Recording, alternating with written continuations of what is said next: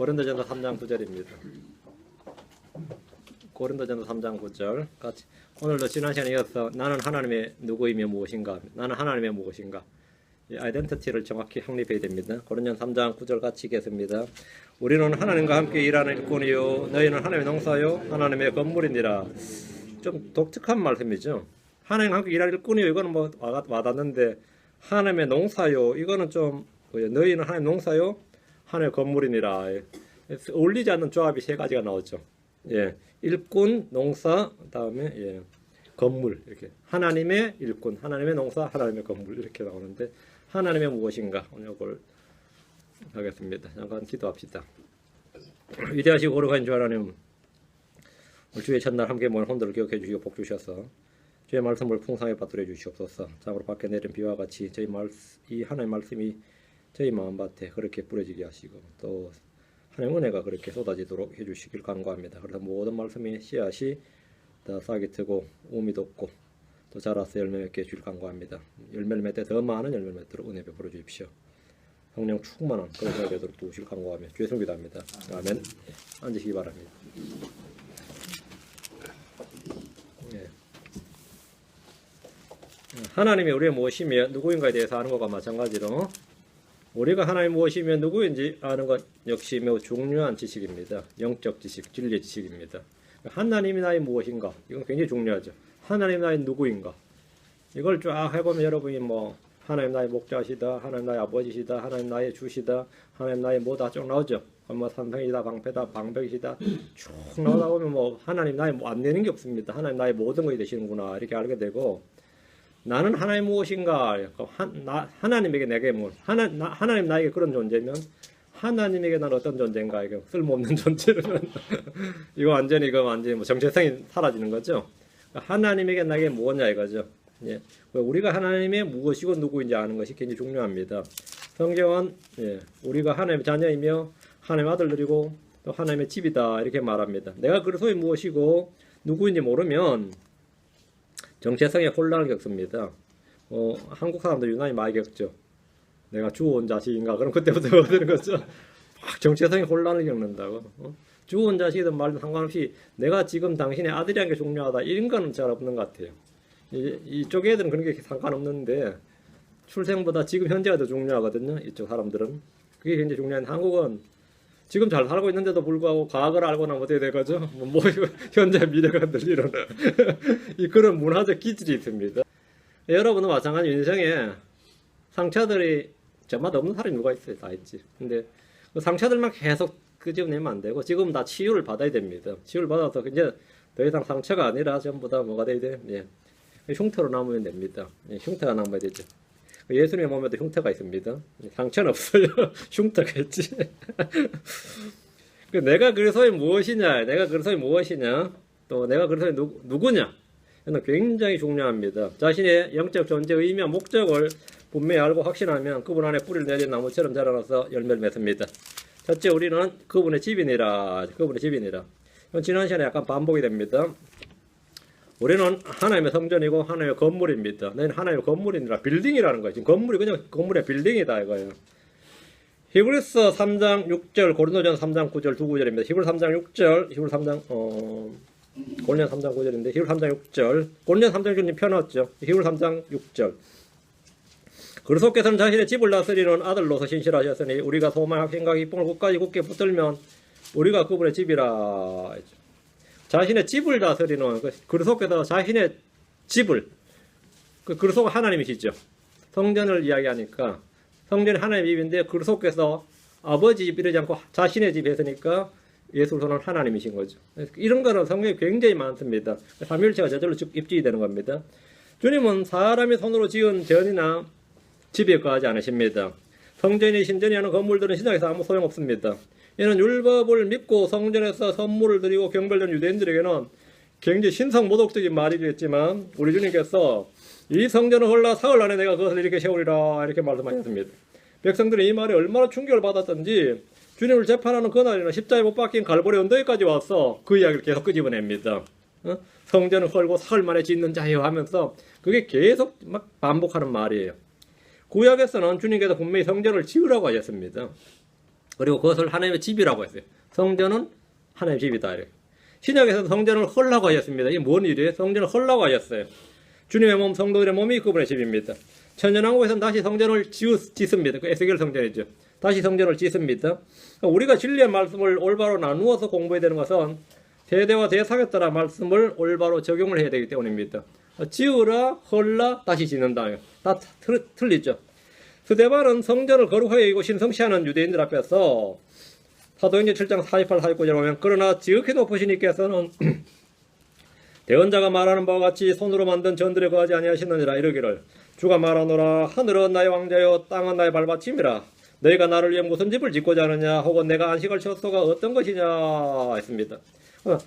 지극히 높으신 이께서는 뭐라고요? 예. 사람이 손으로 만든 전들에 거하지 아니하시느니라. 그럼 완전히 성전을 말하는 거 부정하는 거죠. 이거 자기까지 몇천 년 솔로몬 때부터 지금까지 유대의 그 유구한 전통과 역할을 자랑하는 성전, 여기에 주님이 거하시고 이런 것인데 스데반이 이렇게 말했단 말이죠. 응? 손으로 만든 전들에 거하지 아니하시느니라. 사도 바울 역시 사도행전 17장 24절에 세상과 그 안에 모든 것을 만드신 하나님은 하늘과 땅의 주심으로 손으로 만든 전들에 거하지 아니하시고 손으로 만든 전들에 거하지 않으신다. 스데반이나 바울은 모두 유대인들이었지만 복음을 듣고 믿었을 때 구약의 성전이 더 이상 필요치 않았고 우리가 그분의 집이요 성전이라는 사실을 알았습니다. 고린도전서 3장 9절에 보면 우리는 하나님의 건물이니라 했습니다. 우리는 하나님의 건물입니다. 우리는 살아있는 돌들로서 영적인 집으로 건축됩니다. 영적인 집이고 하나님의 건물이다 이 말입니다. 우리 몸이 주께서 가시는 처소고 성전이라는 사실을 기억하고 몸을 거룩히 구별해야 됩니다. 3장 17절 뒤로 한 장 넘겨서 고린도전서 3장 17절 누구든지 하나님의 성전을 더럽히면 하나님께서 그를 멸하시리니 하나님의 성전은 거룩하면 너희가 곧 그 성전이니라. 너희가 곧 뭐라고요? 그 성전이니라. 우리는 하나님의 빌딩이고 하나님의 집이다. 하나님의 거처다. 하나님은 우리 안에 거하신다는 겁니다. 다음에 우리는 그분의 지체들입니다. 이건 지체들이다. 이건 좀 더 확실합니다. 지체란 몸의 일부를 말합니다. 지체가 뭐냐면 오장육부도 지체고 사지도 지체예요. 이게 다 지체라는 거죠.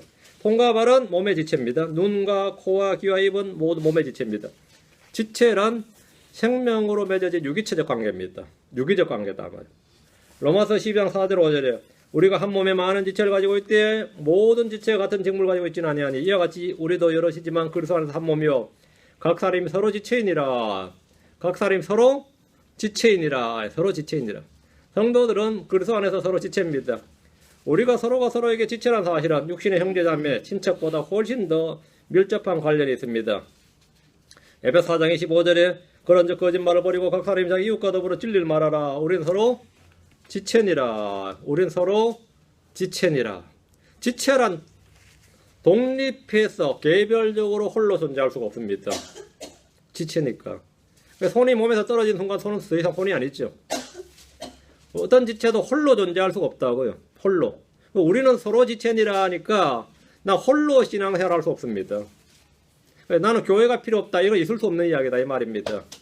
아무리 연약한 지체라도 없으면 불편합니다. 자, 그럼 나는 하나님의 무엇이고 누구입니까? 우리는 모두 그리스도의 지체입니다. 고린도전서 6장 15절에 너희 몸이 그리스도의 지체인 줄을 너희가 알지 못하느냐. 뭐라고요? 너희 몸이 그리스도의 지체인 줄을. 우리는 그리스도의 지체다요. 난 하나님의 손이든 발이든 그리스도의 지체다요. 이건 엄청나게 중요한 겁니다. 우리 몸이 그리스도의 지체라면 그리스도의 지체를 취해서 창조의 지체를 만들 수가 없습니다. 우리 몸은 주의 성전이고 하나님의 집이고 그분의 지체입니다. 고린도전서 12장 27절, 에베소 5장 30절, 고린도전서 12장 27절, 에베소서 5장 30절. 이제 너희는 그리스도의 몸이요 개별적으로는 뭐니라? 지체니라. 여러분 다 지체입니다. 나는 어떤 존재인가 하면 거기에 지체다. 예수 그리스도의 지체다. 예수 그리스도 나의 관계는 나는 예수 그리스도의 몸이고 지체다. 나는 예수 그리스도의 거처다. 그렇죠? 내가 그리스도의 지체라면 그리스도는 나의 머리가 됩니다. 이 머리로부터 온몸이 마디와 힘줄의 영향을 공급받고 서로 결합하여 하나님께서 자라게 하신 대로 자랍니다. 몸이 없는 머리를 생각할 수 없듯이 반대로 머리가 없는 몸이란 존재할 수가 없습니다. 상상도 할 수가 없습니다. 내가 주님의 지체라면 주님으로부터 모든 필요를 공급받고 자라날 겁니다. 주님이 머리시고 내가 지체다요. 그럼 당연히 모든 게 자연적으로 머리로부터 모든 걸 공급받는다. 에베소서 5장 30절. 에베소 5장 30절.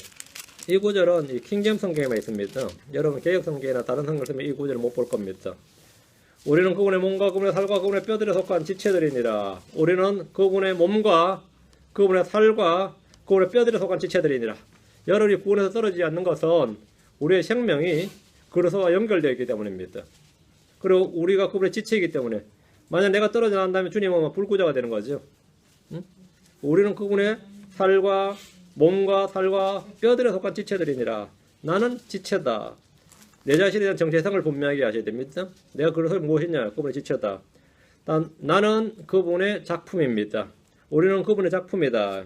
작품이란 작가가 자신의 뜻대로 만들었다는 겁니다. 작가의 의지와 작가의 모든 것이 녹아있는 게 작품이죠. 하늘들은 주의 손에 이루신 작품입니다. 성도들은 주의 작품입니다. 이사야 60장 21절에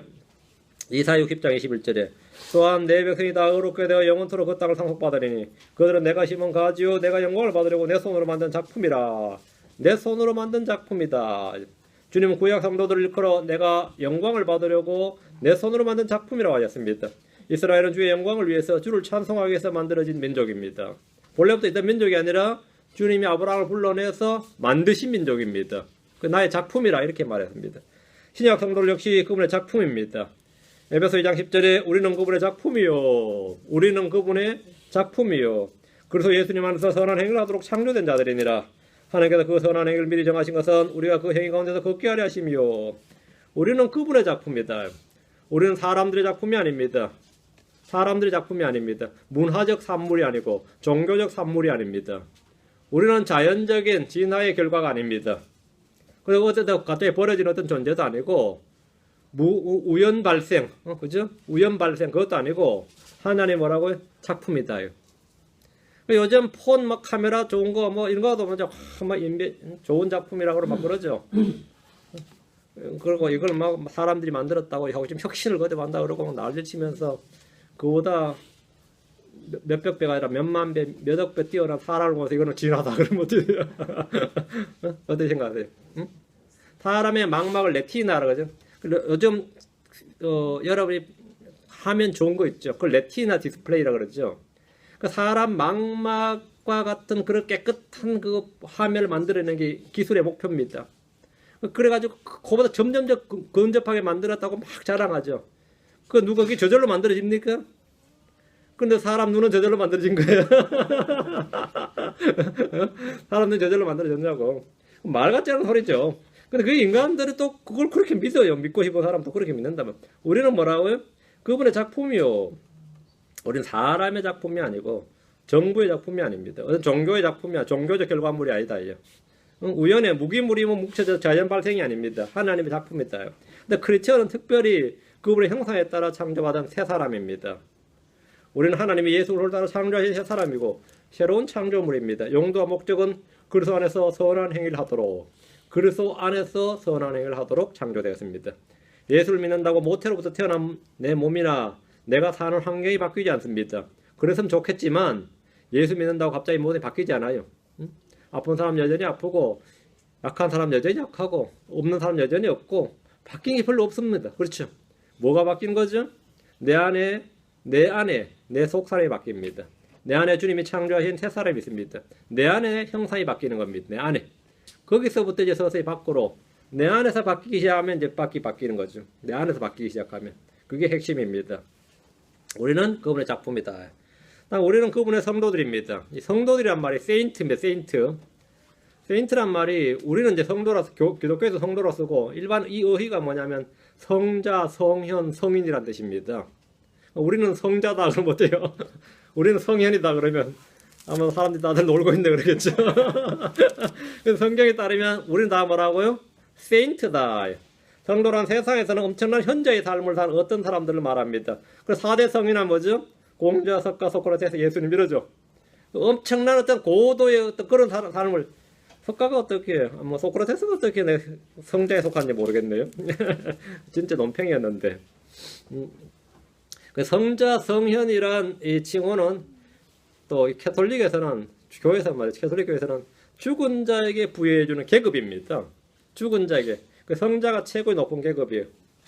그 밑에 단계가 복자입니다. 복자가 성자가 되는데 1984년 5월에 제가 기억납니다. 로마 교황 바오로 2세가 한국을 방문했는데 그때 와서 선물처럼 한 게 뭐냐면 한국의 캐톨릭 선교자 103명을 지금까지 복자의 계급에서 성자로 올려줬어요. 지금까지 복자, 나 그때 복자란 말 처음 들었는데 무슨 복자를 복받은 블레스트 월에서 세인트로 성인 시성식을 해줬는데 뭐 계속 뉴스에 나오고 해가지고 제가 좀 자료를 좀 찾아봤죠.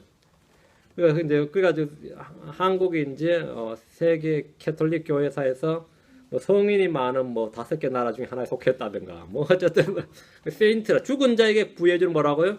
계급입니다. 성인이란 성자, 성현과 같은 존칭합니다. 그런데 성경은 믿는 자들을 다 뭐라 그런다고요? 세인트. 여기는 성자들이요. 성현들이라는 거예요. 성현들이라고. 아마 유림들이 들어서 니들이 공명에 버금가는 저거냐 그럴 거예요. 공명에 버금가는 게 아니라 공명은 도를 몰랐고 우리는 도를 잘하는 사람이야. 공명보다 우리가 훨씬 더 나은 사람들이지. 공명하고 비교하면 안 되지. 어디 쭉정이야 알고를 비교해. 그죠? 우린 다 성현들이고 성자들입니다. 성경에 따르면 우린 다 성도라 그러면 성경 믿는 자를 성도, 성자, 성현 한다. 이걸 통일해서 그냥 성도로 번역한 겁니다. 성인과 같은 말입니다. 아무리 비열하고 바보 같은 사람, 죄인 중에 개수라 해도 예수 그리스도를 믿는 순간에 그는 성도로 부르심을 받으므로 성인의 반열에 오릅니다.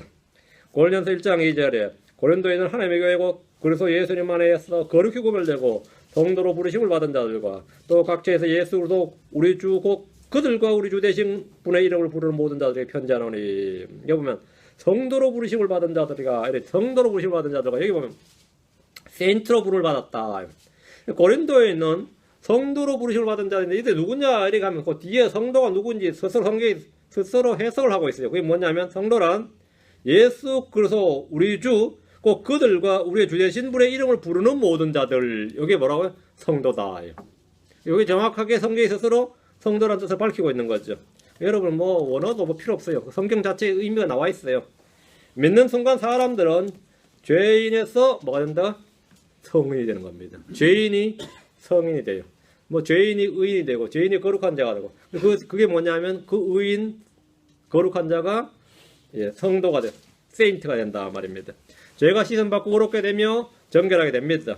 데살로니가후서 1장 10절에 그날에 그분께서 오셔서 자신의 성도들 가운데서 영광을 받으시고 여기 보면 자신의 성도들 가운데서 영광을 받으시고 자신의 성현들 가운데 영광을 받는 게 아니고 자신의 성도들 가운데 영광을 받으시고 믿는 모든 자들 가운데서 칭송을 받으시리니 이는 너희가 우리의 증언을 너희 가운데서 믿었기 때문이라. 그러면 성도라는 뜻이 뭐죠? 자신의 성도가 뭐라는 거죠? 뒤에 믿는 모든 자들이라고 하죠.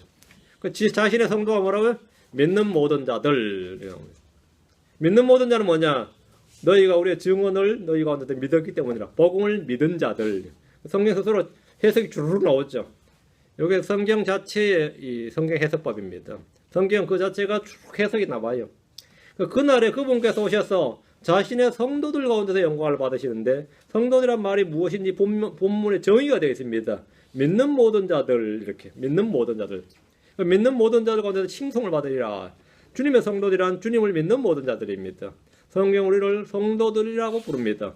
자신의 현재 모습이 어떠하든지 복음을 듣고 거듭났으면 그 복을 듣고 믿음으로 거듭났으면 그는 하나님의 거룩하신 부르심, 거룩한 부르심을 받은 성도들입니다. 로마서 1장 7절에 바울은 로마에서 하나님께 사랑을 받고 성도로 부르심을 받은 모든 사람에게 편지하노니 성도로 부르심을 받은 모든 사람들에게 편지한다. 그 로마에 있는 크리스천들에게 편지한 거죠. 그 로마에 있는 크리스천들 뭐라고요? 성도로 부르심을 받은 모든 사람들 이랬다.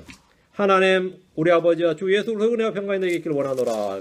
우리는 성도로 부르심을 받았습니다. 우리는 하나님 무엇이고 누구인가 하면 난 하나님의 거룩한 성도다. 난 하나님의 거룩한 성도입니다. 다음 5째, 우리는 하나님의 집안 사람들입니다. 이게 혈통 문화에 강한 이제 한국 사람들에게 제일 와닿는 말이죠. 우리는 하나님의 뭐라고요? 집안 사람들이다. 집안 사람들이다. 하나님은 아버지시고 우리는 그분의 아들들이고 자녀들입니다. 성도들은 서로에게 지체이며 형제 자매들입니다. 크리스천들은 하나님의 집안에 속한 자들입니다. 갈라디아 6장 10절, 에베소 2장 19절. 집안에 속한다. 집안에. 그 집안에 사람 잘 들어와야 된다. 그러면 이제 결혼할 때 제일 문제 삼는 이것도 집안에 사람 잘 들어와야 된다. 집안에 사람 잘 들어와야 된다. 우리 집안에 한 명을 뭐 멤버 하면 그게 뭐 결혼이란 관계로 이제 집안에 속하는 방법은 한 두 가지밖에 없어요. 결혼 아니면 뭐죠? 사실 태어나는 겁니다. 입양도 있긴 한데 좀 드문 케이스고 뭐 입양은 언제나 파양도 될 수 있습니다. 입양은 언제나 마음에 안 들면 한국은 파양시켜요. 이게 뭐 영 아니다 이래가지고. 네. 한국 주로 이제 가족 관계는 이거지 이거. 네. 하나님 집안 사람들이다. 우리 집안 사람들이다. 갈라디아 6장 10절. 그러므로 우리는 귀에 있는 대로 모든 사람의 선을 행하되 특히 믿음의 집안에 속한 자들이 할지니라. 여러분 믿음의 집안에 속한 자들을 냈죠. 성도들을 걸어서 믿음의 집안에 속한 자들을 이렇게 말합니다. 우리는 세상에서 왕족도 아니고 귀족도 아니고 뭐 명문 귀족의 집안에 속하지 않아도 영적으로 왕가의 제사장이고 믿음의 집안에 속한 자고 하나님의 집안에 속한 자들입니다. 에베소 2장 19절. 에베소 2장 19절. 그러므로 이제 너희는 더 이상 낯선 자 외국인이 아니요. 너희는 더 이상 낯선 자가 아니다. 외국인이 아니요. 오직 성도들과 더불어 동료 시민이요. 하나님의 집안에 속한 자들이며. 잘 보세요. 하나님의 뭐 있다? 집안에 속한 자들이며. 우리는 하나님의 집안에 속한 자들입니다. 하나님의 집안에 속한 자들이다. 예. 하나님의 집안에 속한 자들이다. 요 부분을 잘 기억하셔서 우리가 누구냐? 우리는 더 이상 외인이 아니다. 타인이 아니고 외인이 아니고 먼 친척도 아닙니다. 먼 친척이 아니에요. 아들들이, 자녀들이지. 그럼 우리가 뭐 설마 하나님을 뭐 아저씨라고 그러진 않잖아요. 하나님 아저씨 그러진 않을 거 아니에요. 마찬가지로 하나님이 우리를 뭐 그냥 누구야 아니야 아들이단 말이죠. 우린 더 이상 낯선 자도 아니고 외국인도 아니고 타국인도 아니고 뭐라고? 그게 아니다 말. 우린 집안에 속한 자들이다. 우린 성전 밖이나 뜰에만 머물 수 있는 낯선 자들이 아니라 하나님의 집안에 속한 그분의 가족이고 지성소까지 곧바로 들어갈 수 있는 자들입니다. 성도들의 모임인 교회는 하나님의 집입니다. 디모데전서 3장 15절에 그러나 내가 오랫동안 지체하면 내가 하나님의 집에서 어떻게 처신해야 할지 내가 알게 하려노니 이 집은 살아계신 하나님의 교회의 진리의 기둥과 터니라. 이 집은 하나님의 집에서 이 집은 살아계신 하나님의 교회요 진리의 기둥과 터니라. 성경은 교회를 하나님의 집이라고 말합니다. 하나님의 집안에 속한 자들이기에 하나님의 집에서 어떻게 처신해야 할지 알고 교회를 세우는 일을 구해야 됩니다. 베드로 4장 17절에도 하나님의 집에서 반드시 심판을 시작할 때가 이르렀나니 만일 그것이 우리에게서 먼저 시작되면 하나님의 복음에 순종하지 아니한 자들의 마지막은 어떠하겠느냐. 여러분 하나님의 집에서 말씀을 잘 보셔야 됩니다. 하나님의 집에서 반드시 심판을 시작할 때가 이르렀다 했습니다. 우리는 하나님의 집안에 속한 자들로서 그리스도의 심판석에서 회개 복을 해야 됩니다. 이것이 백보자 심판에 앞서는 겁니다. 먼저입니다. 대환란보다도 앞서는 건 먼저입니다. 다음 여섯째, 우리는 하나님의 청직이다. 청직이다. 스튜어드. 우리는 하나님의 청직이다. 우리는 예수 그리스도의 종으로서 주님을 섬기지만 직분은 그분의 청직입니다. 직분은 뭐라? 그분의 청직이다. 청직이란 말을 주목하시. 청직이. 청직이는 노예가 아닙니다. 청직이는 노예가 아니에요. 그 성경에 슬레이브란 말은 없어요. 솔번트란 말이 있는데 슬레이브란 말이 없습니다. 근데 NIV 보면 슬레이브가 엄청 많이 나옵니다. 그 성경은 우리가 아까 목사님들 중에서도 자신의 헌신을 강조하기 위해서 그리스도의 노예 누구 뭐 이러는데 그거는 성경이지 않아요. 하나님은 우리를 노예로 삼지 않습니다. 우리는 하나님의 뭐라고요? 솔번트란 말도 공무원이죠. 여러분이 공무원을 영어로 뭐라고 하죠? 퍼블릭 설번트입니다. 그게 공무원이에요. 대통령도 설번트예요. 퍼블릭 설번트입니다. 우리는 하나님의 공무원이지. 왜? 하나님 왕국에서 뭐라고요? 하나님 왕이시고 하늘 왕국에서는 하나님 왕이시고 우리 뭐라 거기에 퍼블릭 설번트라고요. 청직이 종은 노예란 개념이 전혀 아닙니다. 청직이는 주인의 소유를 맡아서 위임받아서 말이죠. 권리를 위임받아서 권리와 권한을 위임받아서 주인의 뜻대로 사용하는 사람이 청직입니다. 그게 청직이에요. 저와 여러분은 다 뭐라 청직이다예요. 청직인 주께서 맡기신 것을 관리하는 자입니다. 주님 우리에게 많은 것을 맡기셨고 그것을 주의 뜻대로 사용하도록 하십니다. 그러나 마지막에 계산하는 거죠. 여러분이 자기 것처럼 쓰지 하나하나 다 뭐 하진 않죠. 이거는 여러분이 청직이기 때문입니다. 주님은 각 사람에게 은혜의 선물을 주셨습니다. 주님은 각 사람에게 달란트도 주셨고 무언가를 주셨습니다. 고린도전서 4장 1절 2절 하나님 우리에게 주신 건 뭐냐? 우리는 뭘 맡은 청직이냐? 금과 은을 맡았으면 좋겠는데 그건 안 주셨죠? 주셨어요? 나에게 통장과 도장을 맡기소서. 그러면 어떨 것 같아요? 주님 여러분에게 맡긴 게 있습니다. 여러분 뭘 맡은 청직이냐? 고린도서 4장 1절 2절 사람이 마땅히 우리를 그리스도의 사역자요 하나님의 신비들을 맡은 청지기로 여길지어다. 무슨 청지기? 하나님의 신비들을 맡은 청지기. 하나님의 신비들을 맡은 청지기. 또한 청지기들의 요구되는 것은 신실한 사람으로 드러나는 것이라. 청지기에게 필수 요건은 뭐죠? 신실함입니다. 똑똑함이 아니에요. 영리함도 아니고 신실함입니다.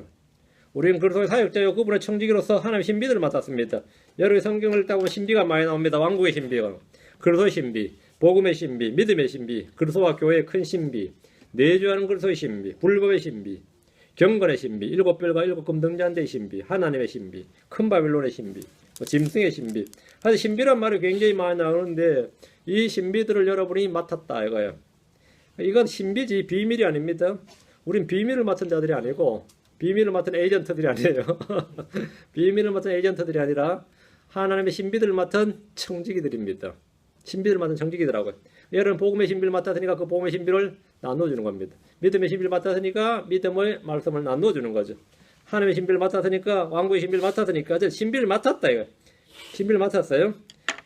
이 모든 신비들은 우리에게 맡겨진 신비들입니다. 하나님께서 우리에게 맡겼어요. 이 신비들을 가지고 뭐라고? 섬기라고. 청지기들은 이 신비들을 맡아서 이것들을 필요로 하는 자들에게 나누어줘야 됩니다. 청지기는 섬기는 자입니다. 성령의 선물도 마찬가지로 섬기라고 주신 겁니다. 베드로전서 4장 10절. 베드로전서 4장 10절. 나는 누구인가? 나는 무엇인가? 베드로전서 4장 10절.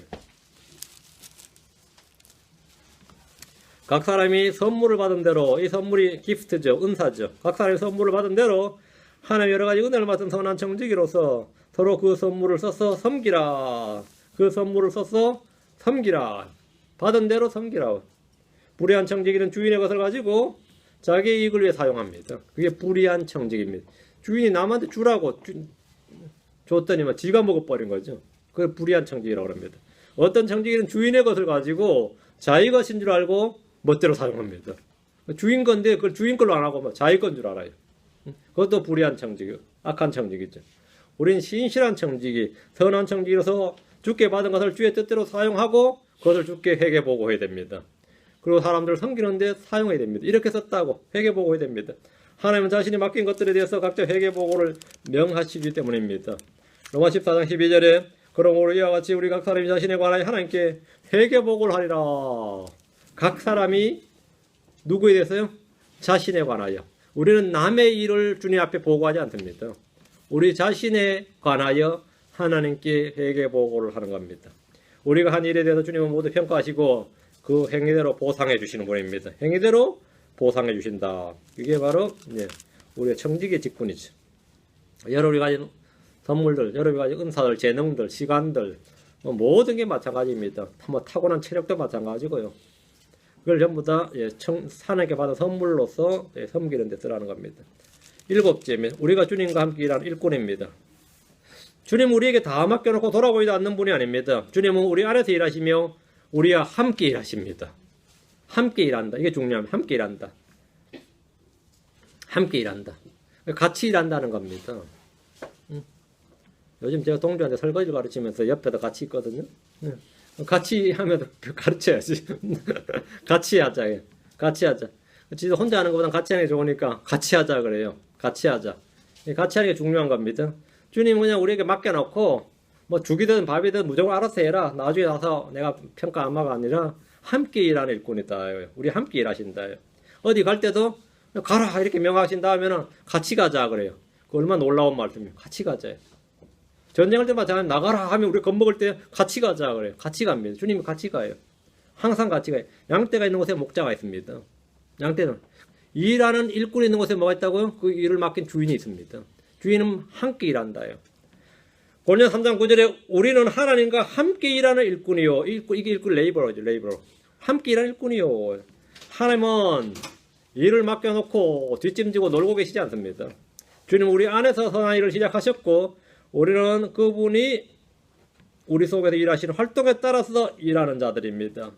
그러니까 주님께서 우리에게 일을 맡겨놓고 어떻게 함께 일하냐면 우리에게 일을 할 수 있는 힘을 주시는 거죠. 힘을 주시는 겁니다. 그 일을 주님이 하시는. 우리는 일을 하는데 주님은 뭐라고 우리 안에서 그 힘을, 그 지혜를, 그 필요한 모든 걸 제공을 하시는 거예요. 필요한 모든 걸. 그래서 함께 일하시는 겁니다. 그 뭐 필요한 거 말하라 이랬죠. 여러분 이제 일터도 일을 해보면 말이죠. 진짜 막 일을 하는 사람이 있고 뒤에서 뭐 필요하다 그러면 막 장비나 이런 걸 막 대는 사람이 있어요. 그래 일이 돌아가요. 예를 들어 페인트 하나를 칠해도 누가 페인트를 사와야 될 거 아니에요. 내가 페인트 칠하는 사람이지만 그럼 색깔이 무슨 페인트 필요하면 빨리빨리 그 사람 차 몰고 해서 페인트 가게 왔다 갔다 하면서 계속 필요한 걸 장비든 뭐든 다 하는 거예요. 응? 그 일을 할 수 있도록 해줘야지. 일을 할 수 있도록. 아니면 일을 못 하는 거죠. 응? 예를 들어 여기 뭐 옛날에 우리 맷돌 돌려서 뭐 갈았죠. 그 음식을 하려도 맷돌을 갈아야 되는데 다 있어요. 그거 가지고 맷돌 다 부었는데 돌리려니까 맷돌 손잡이가 없어. 그럼 어떻게 됐죠? 못 돌리죠. 진짜 확 나게 되는 거 못 돌. 그 맷돌 손잡이를 의라 그럽니다. 그 의가 없네 이 말이 그 말입니다. 맷돌 손잡이가 없네 말이에요. 다 돼 있는데 맷돌 손잡이가 없어서 못 돌리고 이런 황당한 일이 있나 이거예요. 그래서 그걸 이제 한국 사람이 의가 없네 그래요. 의가 없네. 이런 황당한 일이 있나 의가 없네. 그게 이제 와전이 돼가지고 지금 의가 없네 그러면 뭐가 되죠? 다 됐는데 뭐 이상 하나로 뭐 간단한 뭐 하나가 없어가지고 다 아무것도 못 하는 거. 그런데 의가 없다 그러죠. 의가 없네 그러죠. 하나님은 의가 없는 분이 아니에요. 하나님은 모든 필요를 공급하십니다. 우리 안에서 일을 한다고. 우리 속에서 일하시고 우리 속에서 활동하십니다. 그래서 우리와 함께 일하시는 분이십니다. 우리는 주님과 함께 일하는 일꾼입니다. 주님 없이 혼자 일하면 아무 일도 못하죠. 주님만 일한다 그러면 내가 일 안 하면 뭐죠? 그것도 물론 안 되는 거죠. 골로새 1장 29절에 이 일을 위해 나도 내 속에서 강력하게 일하시는 그분의 활동에 따라 싸우며 수고하노라. 그분의 활동에 따라 내 속에서 강력하게 활동하는 그분의 활동에 따라 싸우며 수고하노라. 사도 바울은 나도 내 속에서 강력하게 일하시는 그분의 활동에 따라 그분의 권능에 따라 싸우며 수고한다고 밝혔는데 함께 일하는 일꾼이란 정확한 의미가 이겁니다. 주님은 베드로 안에서 효력있게 일하사 할례자를 위한 사도직을 주셨고 바울 안에서도 강력하게 일하사 이방인들을 향하게 하셨습니다. 그렇게 하셨어요. 갈라디아서 2장 8절에 베드로 안에서 효력있게 일하사 할례자를 위한 사도직을 주신 바로 그분께서 내 안에서도 강력하게 일하사 이방인들을 하게 하셨느니라. 주님은 우리 안에서 일하시는 분입니다. 그럼 우리는 그 일을 밖으로 나타내는 거죠. 이 말씀을 통해서 사도들이 어떻게 능력있게 권능있게 강력하게 일했는지 볼 수 있습니다. 베드로나 바울의 개인적인 능력이나 지혜나 자질이 출중했던 것이 아니라 그들 안에서 주님이 강력하게 일했던 겁니다. 그런데 성도들 중에는 주님이 자기 안에 계신 줄도 모르는 자기 안에 있는지도 모르는 그런 사람들이 많이 있습니다. 그 주님이 자기 안에 계신 줄도 모르거나 믿지 못하는데 주님 안에서 일한 권능에 따라 어떻게 함께 코워커가 됐냐면 같이 동력자 됐냐 같이 일할 수 있냐 이거죠. 주님이 우리 안에 계시지 않으면 그는 그리스도의 사람이 아닙니다. 성령은 우리 안에서 일하시는 권능입니다. 하나님 우리 안에서 일하사 저희가 참으로 기뻐하는 것을 원하게도 하고 행하게도 하시는 분입니다. 주의 말씀을 들을 때 그 말씀을 우리가 받아들이면 그 말씀이 또한 믿는 너희 안에서 효력있게 일하느니라. 말씀이 우리 안에서 일한다. 그것이 바로 그 일을 하면 내가 뭐죠? 주님과 함께 일할 일꾼이 되는 겁니다. 주님께서 제자들을 세계 선교 땅끝까지 이런 애정이 되라 세상 모든 창조를 가서 복음을 전하라 이렇게 말씀하셨을 때 마가복음 16장 20절에 제자들만 세상으로 보냈느냐 그건 아닙니다. 제자들만 세상으로 보냈다면 뭐 제자들만 한 손가락에 다 끝나는 거죠. 함께 가셨어요. 마가복음 16장 20절에 그들이 나아가서 모든 곳에서 복음을 선포하며 주께서 그들과 뭐 하시며 주께서 그들과 함께 일하시며 다른 표적들로 말씀을 확증해 주시니라. 아멘. 제자들이 나가서 복음을 선포했는데 누가 함께 일했다고요? 주께서 그들과 함께 일하시며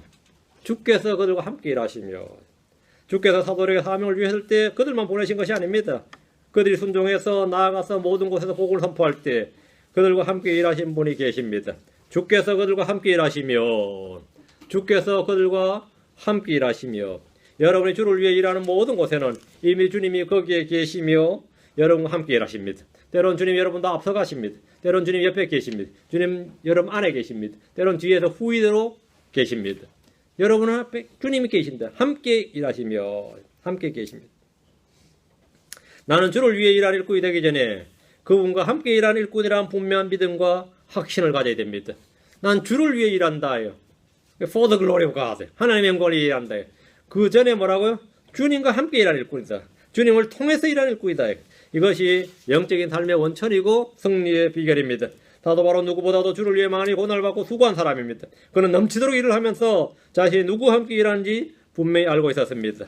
고린도서 6장 1절에 그런데 우리가 그분과 함께 일하는 일꾼으로서 너에게 간청하노니 너희는 하나님의 은혜를 헛되이 받지 말라. 그런데 우리가 그분과 함께 일하는 일꾼으로서 그분과 함께 일하는 일꾼이죠. 우리는 하나님과 함께 일하는 일꾼입니다. 나는 누구와 일하고 있다? 지금 주님과 함께 일하고 있다. 주님과 함께 일하고 있다. 여러분 누구와 일하고 있다는 건 굉장히 중요한 겁니다. 대학원생들이 연구실에 있어도 말이죠. 어느 교수와 함께 일하느냐, 어느 연구팀과 함께 일하느냐, 이거는 그 사람 인생을 좌우합니다.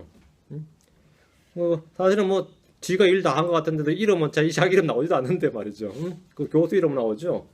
근데 거기 팀에 들어가가지고 함께 일하는 일꾼이다 말. 그게 지시받고 그게 팀을 했는데 누구 함께 일했느냐 했을 때 나는 누구와 함께 일했다고요? 세상에 어느 대가와 함께 일했다. 그게 정도가 아닙니다.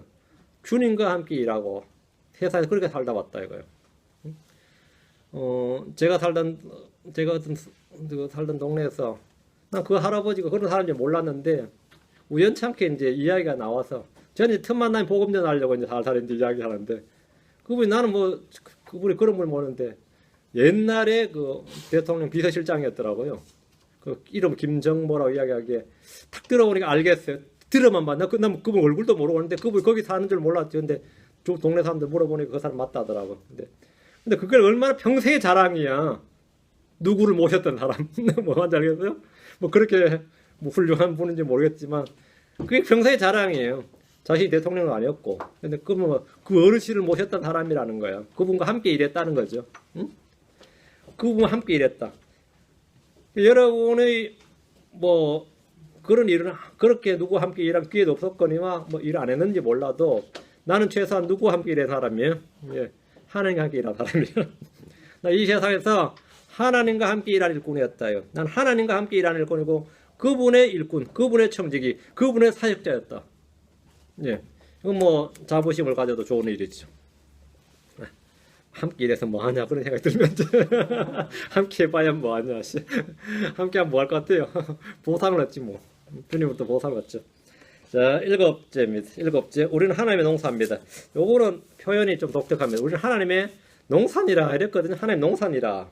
지금 고린도 3장 9절에 3번 나오죠. 너희는 하나님의 농사요. 하나님 함께 일할 일꾼이요. 하나님 농사요. 하나님 건물이니라. 너희는 하나님 농사요. 하나님 건물이니라. 우리가 하나님의 농사란 말이 무슨 뜻입니까? 하나님 농사다. 응? 우리가 하나님의 농사라면 주님은 농부가 된 거죠. 그 땅에 아니면 그 수확물의 모든 것의 주인이 됩니다. 소유주가 됩니다. 우리가 하나님 농사하면. 주님께서 말씀하시길 나는 참 포도나무의 내 아버지는 농부시니라. 하나님 뭐라고? 농부시다. 농부시다. 농부는 땅을 갈고 씨를 뿌리고 자라나면 수확하고 열매를 거두어들이는 모든 걸 책임집니다. 주님은 씨를 뿌리시는 농부십니다. 주님은 땅을 갈고 망대를 세우고 최상의 포도를 맺기를 바라는 그래서 포도원을 심으신 농부입니다. 농부이십니다. 우리는 하나님의 농사다. 농부는 열매를 맺을 때까지 인내하며 수고합니다. 하나님은 우리 안에서 말씀의 씨를 뿌리셨습니다. 우리를 자라게 하십니다. 우리를 향해서 오래 참으시며 열매를 맺을 때까지 인내하십니다. 열매를 맺고 더 많이 열매를 맺기를 원하십니다. 그래서 우리는 하나님의 농사다요. 하나님께서 우리를 가꾸고 키우고 자라게 하고 그리고 우리를 거두어 들이신다요. 우리는 하나님의 뭐라고요? 농사요. 어떤 농부도 자신이 지은 농사를 버려두지 않습니다. 그걸 다 고가를 거두어 들일 때까지 일을 합니다. 우리는 저 하늘에 휴거될 때까지 들림받을 때까지 주님의 뭐라고 하나님의 농사다요. 우리는 하나님의 건물입니다. 하나님의 건물이다. 이거는 약간 성전이란 말하고 거의 같은 말이니까 이제 같이 말. 건축주와 건물의 주인이 하나님이다 말입니다. 너희는 하나님의 건물이니라 했는데 우리가 하나님의 처소고 성전입니다. 교회는 하나님의 집입니다. 이 건물은 영적인 건물입니다. 빌딩은 빌딩인데 영적인 스피리추얼 빌딩이에요. 에베소 2장 21절에 그분 안에서 모든 건물이 꼭 맞게 함께 뼈대를 이루어 주 안에서 한 거룩한 전으로 자라가고 그래서 자라난다. 그분 안에서 모든 건물이 꼭 맞게, 너희는 하나의 건물이라고 그랬죠. 이 모든 건물이 꼭 맞게 함께 뼈대를 이루어 주 안에서 거룩한 전으로 자라가고, 이 건물은 손으로 지은 건물이 아니라 살아있는 집이고 하나님의 영으로 지은 집입니다. 우리는 살아있는 돌들로서 영적인 집으로 건축되고 있습니다. 10번째입니다. 디모데후서 2장 3절 4절. 이거 뭐 다 하려면 너무 많고요.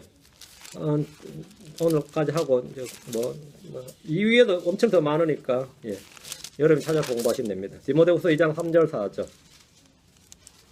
우리는 그리스도의 좋은 군사입니다. 그러므로 너는 예수의 좋은 군사로서 고난을 견뎌내라. 전쟁하는 어떤 사람도 이 세상 삶의 일에 얽매이지 아니하나니 이것은 곧 자기를 군사로 택한 자를 기쁘게 하려 함이니라. 너희는 뭐라고요? 예수 그리스도의 좋은 군사로서. 너희는 예수의 좋은 군사다. 우리는 예수의 좋은 군사입니다. 우리는 하나님의 군대로 부름받았습니다. 저녁도 없고 휴가도 없습니다. 주님이 부르시는 그날까지 우리는 악한 현 세상을 거부하고 세상의 정욕과 싸워야 됩니다. 세상을 대적하고 거슬러 싸워야 됩니다. 우리는 사탄, 마귀를 대적하고 싸워야 됩니다. 우리는 살과 피와 맛보다 싸우지 않냐고 정사들과 권능들과 이 세상 어둠의 지배자들과 높은 처소들에 있는 영적 사악함과 맛보다 싸워야 됩니다. 싸울 게 많습니다. 싸울 게 많아요. 그런데 전쟁터 와서 싸울 사람하고 싸울 대상을 안 싸우고 형제들하고 싸우고 자중질환이 일어나가지고 말이죠. 자기 형제 뒤에서 찔러버리고 말이죠. 칼자랑이나 해야 되고 그러면 어떻게 되겠어요?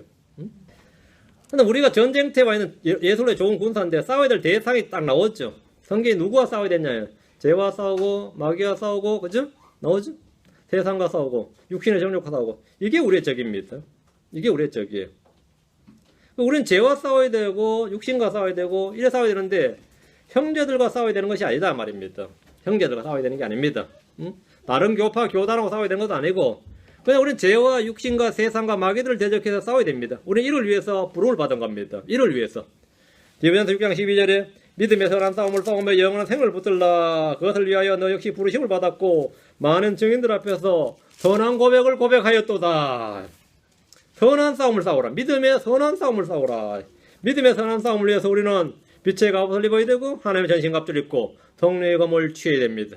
우리는 성도 중에 단 한 번 전달된 믿음을 위해서 힘써 싸우라는 권면을 받았습니다. 뭐라고요? 힘써 싸우라. 싸우라. 피하지 말고 싸우라고. 구원의 대장이신 우리 주님은 믿음으로 싸우는 모든 전사들에게 항상 승리를 주시고 이기게 해주십니다. 여러분이 이길 수 있다. 뭐 자신의 육신의 정욕부터 한번 다스려 보세요. 이거 승리해서 이겨보라고. 그리고 죄를 이겨보고 다음에 세상을 이기는 겁니다. 세상을 이기는 겁니다. 다음에 마귀를 이기는 겁니다. 이겨보라고요. 다음, 우리는 그리스도의 군사다. 군사다. 군사는 싸우는 자지 노는 자가 아니에요. 11번째, 우리는 그리스도의 대사입니다. 그리스도의 대사다. 대사는 청지기와 달리 국가적 외교적 공식 직분입니다. 청지기는 약간 사적이죠. 사적인 관계잖아요. 대사는 공적이죠. 퍼블릭이죠. 우리는 하늘 왕국에 속한 자고 헤브니 킹덤에 속한 자고 하늘 왕국에 속한 자로서 지금 악한 현 세상, 마귀가 통치하는 세상, 어둠의 왕국, 죄악의 왕국에 살고 있습니다. 그럼 뭐가 된 거죠? 적성국가에 살고 있는 거죠. 근데 이거 상당히 심각해요. 우리는 이 세상에 살고 있지만 이 세상에 속하지 않습니다. 우리는 세상에 보냄을 받았습니다. 하나님 우리의 직분을 대사로 지정하셨습니다. 스파이로 지정한 게 아니에요. 대사로 지정하셨어요. 그래서 대사로 지정했다는 말은 외교 업무를 수행하라 이거예요. 우리는 하나님 왕국과 하늘 왕국에 계신 하나님께서 이 땅에 보내신 대사들입니다. 대사들은 자국의 이익을 위해서 그 나라에 있는 자국민을 위해서 일하는 사람들이에요.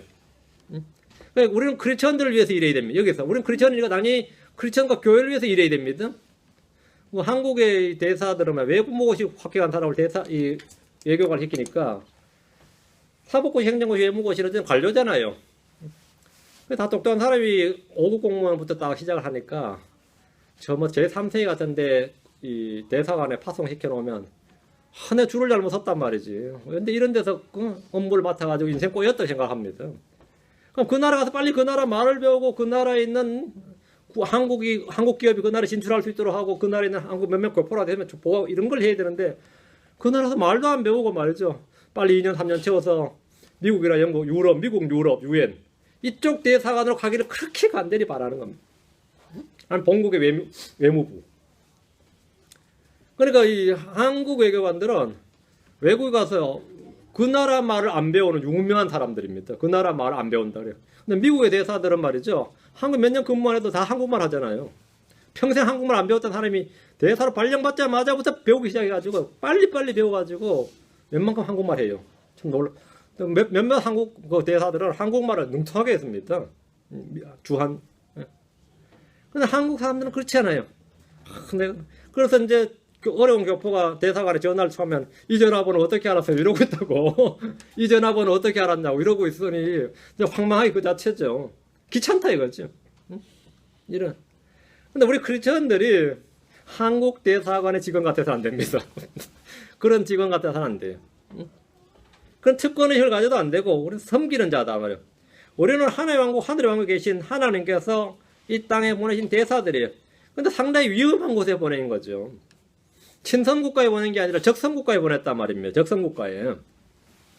고린도서 5장 20절에 그런즉 하나님께서 우리를 통해 너에게 간청하시는 것 같이 이제 우리가 그리스도를 위한 대사가 되어 그리스도를 대신하여, 대사가 이겁니다. 대신하여 그리스도를 대신하여 너에게 간구하노니 너희는 하나님과 화해하라. 하나님의 대사가 한 말이에요. 우리는 하나님의 대사로 사는 말이에요. 지금 이 세상 왕국과 하나님의 왕국은 화해의 관계가 아니라 전시 상태입니다. 전시 상태예요. 그럼 적선국가의 대사들은 어떤 취급을 받겠습니까? 그러니까 예를 들어 미국 대사가, 미국 외교관이 북한에 가면 먼저 간첩죄 되는 거죠. 왜? 아예 수교가 안 됐으니까. 그렇죠? 적선국가에 가면 이건 간첩되는 거예요. 당연히 체포되거나 구금되거나 결박되거나 죽임을 당하는 것은 일반적입니다. 일반적인 일이야. 크리스천이 이 땅에서 박해를 받는 것은 필연적인 이유입니다. 왜? 이 땅과 하나님의 왕국은 뭐라고요? 이 땅은 마귀가 다스린 통치자고 제약 심플 킹덤이란 말이에요. 어둠의 왕국이고 우리는 빛의 왕국이란 말이에요. 헤브니 킹덤. 이거 완전히 다른 이야기죠. 응? 킹덤 헤브랑 완전히 다른 거단 말이죠. 대사가 자신의 평안을 위해서 자신의 안전을 구한다면 어떻게 해야 되죠? 조국을 배신하고 이적 행위를 한다면 그래서 좀 잘 살 수 있겠죠. 그러니까 이 땅에서 잘 먹고 잘 사는 크리스천들은 대부분 다 이미 배반자들이야. 아니면 간첩짓을 하고 있는 거예요 지금. 응? 그래서 뭐 이 세상 뭐 통하고 하고 뭐 동성애 찬성하자 그러고 뭐 차별 없는 세상 만들자 그러고 그 모든 일들이 말이야 좋죠. 사실 적성 이적 행위를 하고 있는 거라고. 사실 다 처단해야 될 자들인데 우리가 뭐 처단할 수는 없는 것이고 주님께서 심판하시겠지만 그렇게 안 하면 살 수가 없어요. 크리스천이 우리가 그리스도를 경건하게 하나님 뜻대로 살고자 하면 반드시 박해를 받으리라 했습니다. 우리가 많은 환난을 통과해서 하나님의 왕국에 들어가야 하리라 그랬어요. 그건 당연한 거다. 왜? 우리는 적성국가의 대사로 파송되는데 대사란 직위야 고위공직자인데 미국 외교관한테 아프가니스탄 가라 그러면 어때요? 아유 참 시험 들죠. 아프가니스탄의 카불에 지금 미국 대사가 있는데 거기 카불에서 얼마까지만 사실 미군들이 지키고 해서 미국을 완전히 저걸 하고 있지. 그 밖에만 나가면 말이죠. 지금 탈레반이 완전 소탕이 안 돼가지고 언제 뭐가 날아갈지 몰라요. 위험천만이라고 위험천만. 근데 그런 데 가서 일을 해야 돼. 미국의 이익을 위해서. 그게 대사입니다. 그게 대사예요. 옛날에 이제 월남전 일어날 때 베트남에 있는 미국 대사관이 완전히 포위가 돼버렸어요. 보통 미국 가장 먼저 피신을 시켜야 되는데 베트남에 있는 미국 대사가 피신을 못했어요. 그런데 월맹군 벌써 이 담벼락까지 간 거야. 그래 백기 내 걸고 말이죠. 미국이 협상을 하는데 그때 혼났습니다. 대사만 무사히 좀 빠져나갈 때까지 좀 월담하지 말라고. 근데 또 이 대사관으로 또 피난갈 사람이 얼마나 몰려드는데 옥상으로 헬기를 겨우 뛰어가지고 피난하는 그때 그 굴욕적인 장면이 말도 못해요. 그때 어쨌든 겨우 이제 탈출했던가 그 대사는 죽었던 게 모르겠는데 그런 일이 있었어요. 그 대사가 적성국가의 대사라는 게 뭐죠? 그 고난이 당연한 거란 말입니다. 그건 당연한 거단 말이죠. 우리가 이 세상에 동조하고 친구가 되고 세상을 살아가고 동화된다면 우리는 그리스도의 대사로서 실격입니다. 우리 그리스도의 대사 실격이에요. 대사는 본국을 대표합니다. 자신을 파송한 자를 대신하는 겁니다. 자신을 대사로 임명하고 파송한 자, 우리는 그리스도를 대신하여 여러분 지위가 어떤 건지 알겠죠? 여러분 자신이 누구라고요? 그리스도를 대신한 대사다예요. 사도 바울은 그리스도를 대신한 대사가 되었기 때문에 그리스도를 대신해서 간구했습니다. 하지만 그는 사슬에 결박당했고 감옥에 갇혔습니다. 에베소 6장 20절에 이 일을 위하여 내가 결박당한 대사가 된 것은, 이 일을 위하여 내가 결박당한 대사가 된 것은 결박 중에서도 마땅히 할 말을 내가 담대하게 하려 함이요. 결박당한 대사가 된 것은 그가 세상과 타협하지 않고 세상에 굴복하지 않았기 때문입니다. 우리는 하늘왕국의 고급 공무원이고 고위 공무원입니다. 자신이 누구인지, 자신이 하나님의 무엇인지 정확히 알고 신원을 분명히 해야 됩니다. 세상 신원을 분명히 해야 돼. 이거 안 흔들리면 뭐 여러분의 삶에서는 아무 문제 없죠. 문제는 물론 있어요. 문제는 있는데 문제가 나에게 걸림돌이 되지 않는다 이 말입니다. 12번째, 제가 문제 없다는 뜻은 문제 자체가 없다는 말이 아니라 그 문제가 나에게 걸림돌이 되지 않는다. 우리는 그리스도의 신부입니다. 교회는 그리스도와 정혼한 상태에 있는 처녀입니다. 고린도서 11장 2절, 고린도후서 11장 2절, 고린도전서 6장 17절, 고린도서 11장 2절에 내가 하나님께 속한 질투로 너희에 대하여 질투하노니 이는 내가 너희를 순결한 처녀로 그리스도께 드리기 위하여, 순결한 처녀로 그리스도께 드리기 위해 한 남편에게 너희를 정혼시키기 때문이라. 예수님은 신랑입니다. 아담과 이브의 관계란 예수님과 교회의 관계입니다. 둘이 한 몸을 이루는 것이 육체적 결혼이라면 둘이 한 영이 되는 것이 영적 결혼입니다. 우리는 현재 주와 결합함으로 한 영이 되었습니다. 고린도전서 6장 17절, 고린도전서 6장 17절,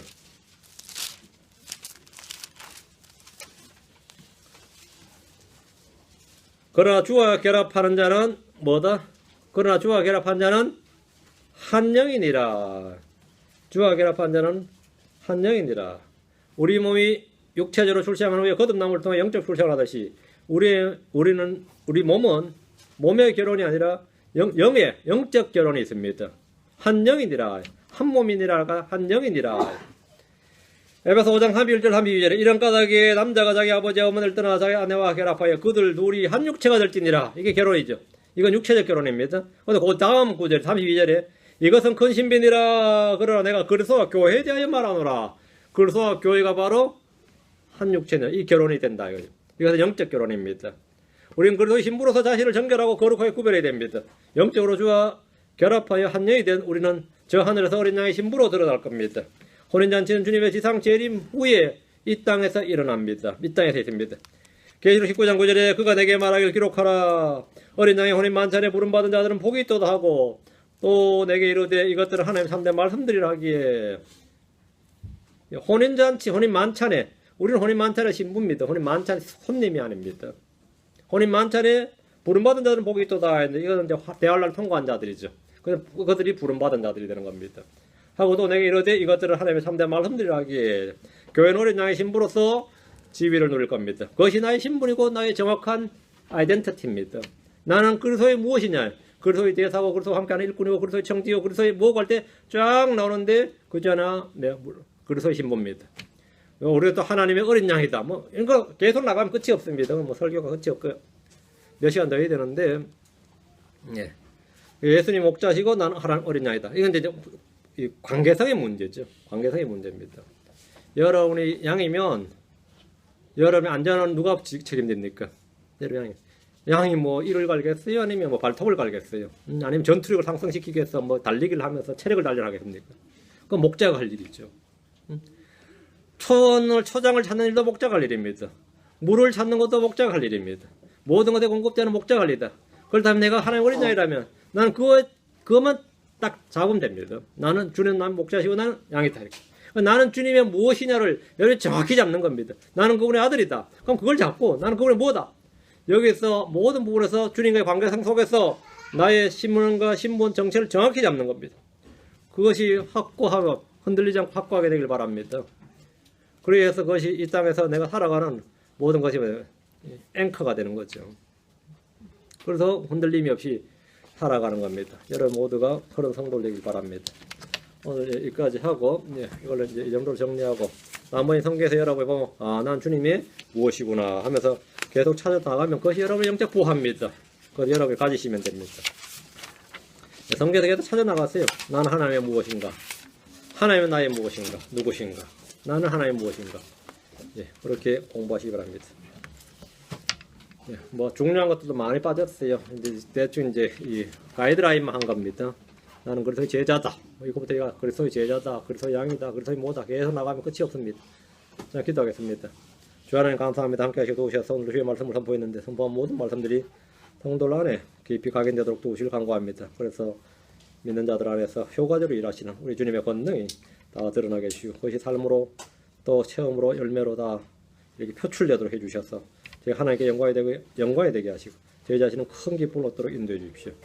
하나님의 말씀에 참 모두가 집중하고 이 말씀을 통해서 살아갈 수 있는 그런 선한 성도들, 믿음의 성도들 되도록 도와주십시오. 감사드리며 주의 승기도합니다. 아멘. 아멘.